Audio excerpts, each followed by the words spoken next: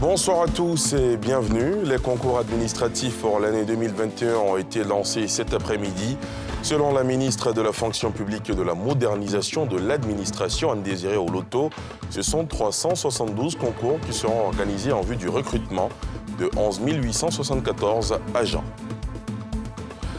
Dans ce journal, nous vous proposons de découvrir une entreprise ivoirienne verte spécialisée dans la transformation de déchets liquides de manioc en bioéthanol, à partir duquel est fabriqué du carburant bio, précisément du super Samplon et E85. Et puis à l'étranger, l'armée sénégalaise poursuit son ratissage contre les bandes armées dans les forêts de la Casamance. Les autorités militaires ont présenté une série de postes et de camps de la rébellion qu'elles affirment avoir repris lors d'une opération lancée depuis juin pour renforcer le contrôle de la frontière avec la Guinée-Bissau. Les concours administratifs pour l'année 2021 ont été lancés cet après-midi. Selon Anne-Désirée Oloto, la ministre de la fonction publique et de la modernisation de l'administration, ce sont 372 concours qui seront organisés en vue du recrutement de 11 874 agents qui intégreront la fonction publique. Les précisions de Salifia Lekwe et Aruna Zeba. Ministère de la fonction publique et de la modernisation de l'administration ce mardi. La locataire des lieux, la ministre Anne-Désirée Oloto, était face à la presse. Ordre du jour, des détails sur les concours administratifs session 2021. Au bilan de 2014 à 2020, l'organisation des concours administratifs a permis à plus de 60 000 personnes recrutées d'intégrer la fonction publique, prioritairement au profit des secteurs de l'éducation et de la santé, et à plus de 50 000 fonctionnaires d'être promus. Pour 2021, c'est-à-dire pour cette année, ce sont 372 concours qui seront organisés en vue du recrutement de 11 874 agents, dont 2 905 au compte du secteur de la santé. Quant au cas de fraude et à la transparence dans le processus, Anne-Désirée Oloto s'est voulue claire. Je voudrais également saisir cette opportunité pour dire qu'en interne, nous avons pris la mesure de leur cri de cœur. Nous savons également que les quelques postes disponibles pour les Ivoiriens sont très prisés. C'est la raison pour laquelle nous ferons tout ce qui est en notre pouvoir pour que les choses se déroulent dans la transparence, dans l'équité et avec célérité. La phase des inscriptions en ligne pour cette session débute lundi prochain via le site internet du ministère.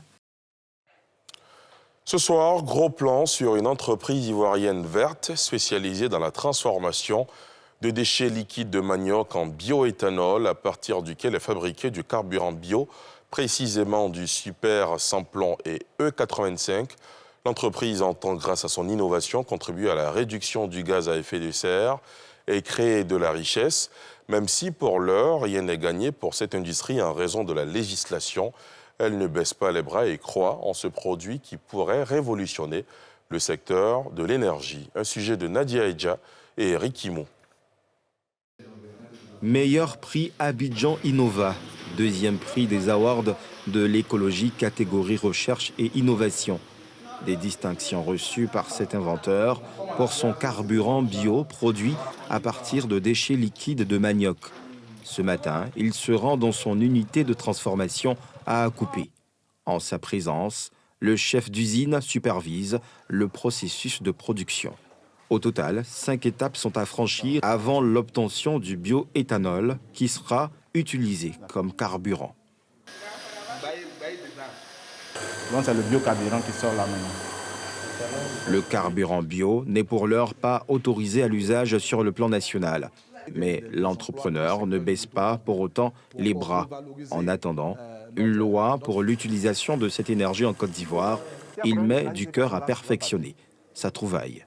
C'est une énergie propre Et non seulement elle est propre pour les besoins environnementaux, réduit de plus de 60% les émissions de CO2, il permet d'augmenter aussi le pouvoir d'achat avec son coût qui va osciller entre 400 et 500 francs et aussi réduire la facture énergétique.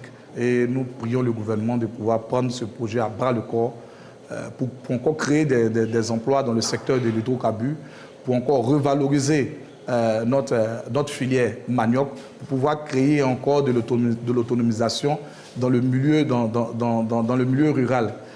Pour lui, cette énergie renouvelable est un pas important dans l'atteinte des objectifs de développement durable. Nous sommes, on peut dire, en période de phase test. Même si les tests ont été concluants, nous attendons la réponse du gouvernement pour pouvoir inclure ça dans les habitudes des Ivoiriens. Pour le moment, nous faisons des tests pour encore peaufiner notre produit fini. Outre le carburant bio, le bioéthanol obtenu à partir de déchets liquides de manioc peut être transformé en alcool à usage médical ou en alcool alimentaire. Un forum international s'est ouvert ce mardi à Abidjan sur la sécurité alimentaire. Il porte sur la compétitivité des entreprises. Selon l'OMS, en Afrique, on estime que plus de 91 millions de personnes tombent malades et plus de 137 000 meurent chaque année du fait de la consommation d'aliments impropres. Salif Yalekwe, Tanguy Conan. La culture sécurité sanitaire des aliments, facteur de compétitivité des entreprises. C'est autour de ce thème que s'est ouverte la 2e édition d'Africa Food Safety Forum. Une initiative qui vise à contribuer à une grande prise de conscience autour des enjeux de la question en Côte d'Ivoire et dans la sous-région. Ce forum, il sert à se rendre compte de l'évidence des problèmes de sécurité sanitaire par rapport aux denrées alimentaires. Il y a beaucoup de normes qui existent, il y a beaucoup de réglementations qui existent. Nous nous rendons compte que les opérateurs économiques ne les connaissent pas très bien, les consommateurs ne les connaissent pas également. Donc c'est pour nous l'occasion de mettre tout cela ensemble sur la même table, qu'on puisse discuter sécurité sanitaire, qu'on puisse voir tout ce qu'il y a à mettre en place au niveau de la chaîne alimentaire pour garantir la santé des consommateurs, autant à l'exportation qu'à la consommation locale. Ce forum se tient dans le cadre de la commémoration de la Journée internationale de la sécurité sanitaire des aliments, initiée par les Nations Unies chaque 7 juin. En Côte d'Ivoire, plusieurs études ont démontré une inefficacité du système de contrôle des aliments, un frein au développement économique des filières alimentaires. Dans l'actualité politique, après les élections législatives partielles, la direction exécutive élargie aux ministres RHDP et coordonnateurs régionaux s'est réunie ce mardi au siège du parti pour faire une analyse de la situation sociopolitique et le point global de ces élections législatives. Pierre Dipomelin. Rue Le Pic, le directeur exécutif du RHDP débriefe sur l'actualité politique du pays dominée par les élections législatives partielles. C'est aussi l'occasion pour les oufouettistes de se projeter par rapport aux futures élections sénatoriales. Les victoires que nous avons eues viennent conforter encore notre majorité et permettent donc au RHDP d'avoir une majorité confortable. C'est donc la preuve que les Ivoiriens demeurent fondamentalement attachés au RHDP. En deuxième point, nous avons aussi analysé, en nous projetant relativement au sénatorial, qui doit avoir lieu le 31 juillet. Donc nous avons abordé les questions relatives donc au choix des candidats et le président du parti nous a instruit donc de mettre en place une fois de plus, comme nous l'avons toujours fait, un comité électoral qui va donc désigner les différents candidats dans les heures qui suivent. Nous avons aussi abordé les missions du parti. Nous considérons que nous avons eu les présidentielles, ensuite nous avons eu les législatives partielles, et qu'il était bon d'en faire un bilan. Et qu'à partir de ce bilan, de l'état des lieux, que nous puissions maintenant nous projeter pour renforcer l'implantation du parti, mais surtout nous mettre en ordre de bataille pour les défis à venir. Notons que cette rencontre est un rendez-vous régulier que la direction exécutive tient avec les cadres et les principaux animateurs du parti. Depuis plusieurs mois, la mairie d'Adjamé a signé un arrêté municipal interdisant le déchargement des camions de vivriers sur la plupart des marchés habituels. Une décision qui n'est pas du goût de tous, en particulier des acteurs de la filière oignon. Ils dénoncent des faux frais liés à cette mesure et des tracasseries qui mettent à mal la conservation de leurs produits périssables. Quant à la mairie, elle soutient que cet arrêté est pour le bien des populations de la commune et incite les importateurs des produits vivriers à s'y soumettre. Un dossier de Nadia Edja, Tanguy Conan et Mathurin Badé. Marché Gbeba d'Adjamé. Depuis plusieurs semaines, ces commerçants sont préoccupés. Un arrêté municipal interdisant le déchargement des camions de vivriers sur certains marchés d'Adjamé en est la cause. Si notre camion il vient, les gens ils bloquent les camions ici en bas des ponts. Ils ont dit qu'il y a un marché, garage en haut. Ils n'ont qu'à aller garer là-bas obligatoirement pour payer 75 000 pour décharger oignons et puis pour amener notre au magasin. Une décision qui engendre, selon ces acteurs, des tracasseries. Ils se plaignent des coûts supplémentaires qui pourraient se répercuter sur le panier de la ménagère. Si on doit vendre un filet ici à 20 000, maintenant qu'eux ils font double dépense, eux ils sont obligés de doubler encore le prix ici pour nous donner 21 000, 22 000, il y a toujours 1 000 francs ou 2 000 de différence. Donc quand c'est comme cela, c'est pas bon. Mais le problème c'est que quand on vient les marchandises, que ça devient cher comme cela là, nous aussi on est obligé de faire ça cher pour donner aux gens. L'interprofession de la filière oignon interpelle les autorités municipales pour une suspension de ce décret qu'elle considère abusive. Nous demandons la suspension pure et simple de l'application de cet arrêté au président de la République, son Excellence Alassane Ouattara, d'aider les faibles commerçants que nous sommes pour que le panier de la ménagère ne souffre pas, car si rien n'est fait, dans la semaine qui suit, les acteurs de la filière oignon seront obligés de fermer tous les magasins d'oignons et même de vivriers de la commune d'Adjamé jusqu'à ce que ce problème soit totalement résolu. Du côté de la mairie, on estime que ce arrêté a tout son sens. Il vise non seulement à fluidifier et protéger certaines artères de la commune, mais aussi à offrir un cadre propice pour le commerce des denrées alimentaires. Nous avons constaté qu'à Adjamé, qui est un grand carrefour, donc une région par excellence pour les échanges, pour la communication et pour le commerce, était envahie et assaillie de toutes parts par des camions et des gros camions. Il y a deux raisons qui motivent un peu l'arrêté du maire. La première raison, c'est de canaliser et c'est de répertorier des sites vraiment appropriés à cela. Et par ailleurs, il faut éviter d'encombrer nos rues. Mais nous ne pouvons pas permettre que les camions aillent n'importe où, n'importe comment, débarquer la marchandise, parfois dans des conditions sanitaires qui ne sont pas requises, et empruntant des voies réellement où il y a des risques de renversement. Ça, nous ne pouvons plus tolérer cela. Pris il y a un peu plus de 3 mois, ce arrêté ne concerne pas les marchés de Coco Provi et Komangwa au marché Gouro. La mairie dit rester ouverte aux négociations pour des solutions qui contribueraient non seulement au bien-être des commerçants, mais aussi aux populations de la commune. Malgré les dangers qu'elle présente et les campagnes de sensibilisation, l'immigration clandestine continue d'attirer beaucoup de jeunes. Afin de contrôler la lutte, l'ONG Jeunesse panafricaine travaille à trouver des emplois décents pour les jeunes déscolarisés afin de freiner leur volonté de rejoindre l'Europe à tout prix. L'organisation a dressé son bilan face à la presse en présence de Nadia Edja et Eric Imo. L'organisation non gouvernementale Jeunesse panafricaine engagée dans la lutte contre l'immigration clandestine. Au-delà de la sensibilisation, l'ONG joint l'acte à la parole à travers l'insertion professionnelle pour des jeunes déscolarisés. Pour elle, le chômage et l'absence de perspective quant à un lendemain meilleur sont autant de raisons qui poussent les jeunes à l'aventure. La jeunesse africaine, il y a d'autres qui veulent apprendre. Il y a d'autres aussi qui ont vraiment des idées dans la tête, qui veulent rien apprendre, qui veulent s'aimer la facilité. J'aimerais citer la jeunesse au goût du travail, de croire en eux-mêmes, de travailler, de passer par la voie normale, pas par la voie illégale pour les perdre leur vie. Face à la presse, l'ONG Jeunesse panafricaine a dressé le bilan des actions menées au cours de ces derniers mois, depuis sa création en 2020. Au total, une trentaine de jeunes ont pu trouver des emplois dans l'informel, selon le président de l'ONG. Mais face à l'envergure du fléau que représente l'immigration clandestine, l'organisation espère pouvoir compter sur le gouvernement pour mener à bien cette lutte. J'attends des coups de main pour qu'on puisse encore créer plusieurs activités, plusieurs domaines, plusieurs structures pour pouvoir freiner l'immigration.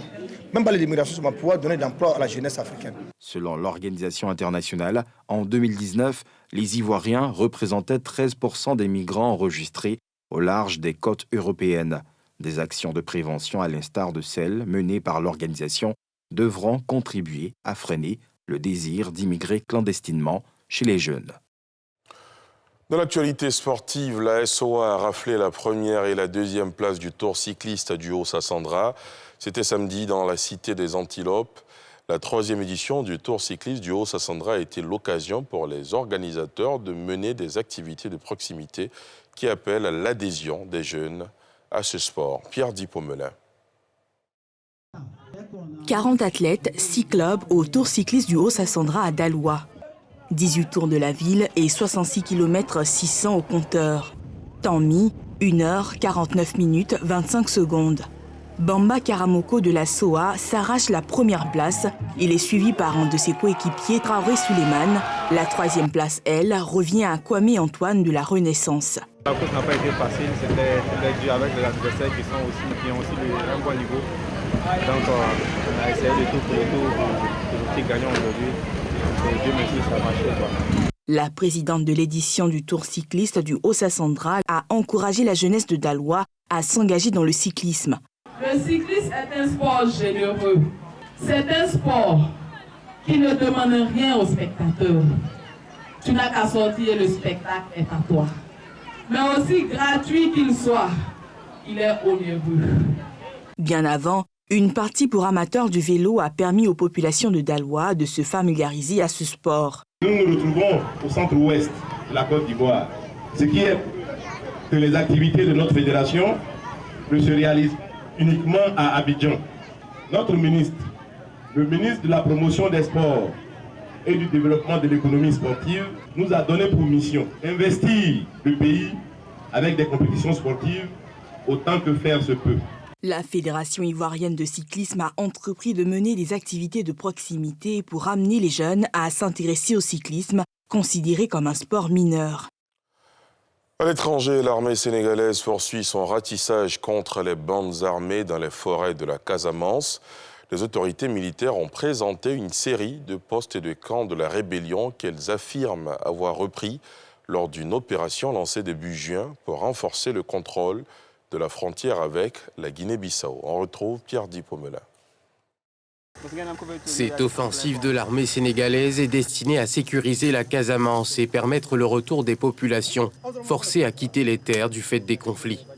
Au bout d'une patrouille de 2 semaines, l'armée a pris aux rebelles du mouvement des forces démocratiques de Casamance plusieurs bases autour de Badem et le long de la frontière entre les localités de Bangam et Bouniac. Depuis le 31 mai 2021, la zone militaire numéro 5 a déclenché une opération de sécurisation d'envergure pour mieux contrôler la frontière en créant des postes militaires au plus près.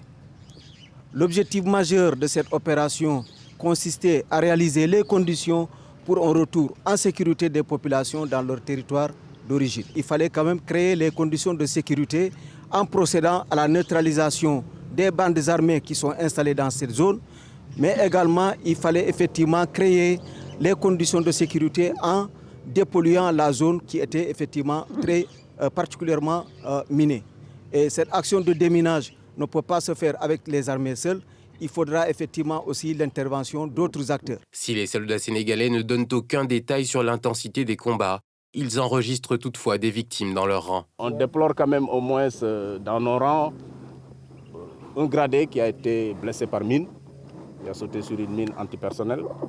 Mais également un de nos camarades qui a été blessé par balle. La Casamance, séparée du nord du Sénégal par la Gambie, est le théâtre d'un des plus vieux conflits d'Afrique depuis que des indépendantistes ont pris le maquis après la répression d'une marche en décembre 1982. Après avoir fait des milliers de victimes et ravagé l'économie, le conflit a persisté à basse intensité. Et c'est ici que prend fin ce journal préparé par l'ensemble de la rédaction. Merci de l'avoir suivi. Demain, à 19h50, vous avez rendez-vous avec Mélina Makissi.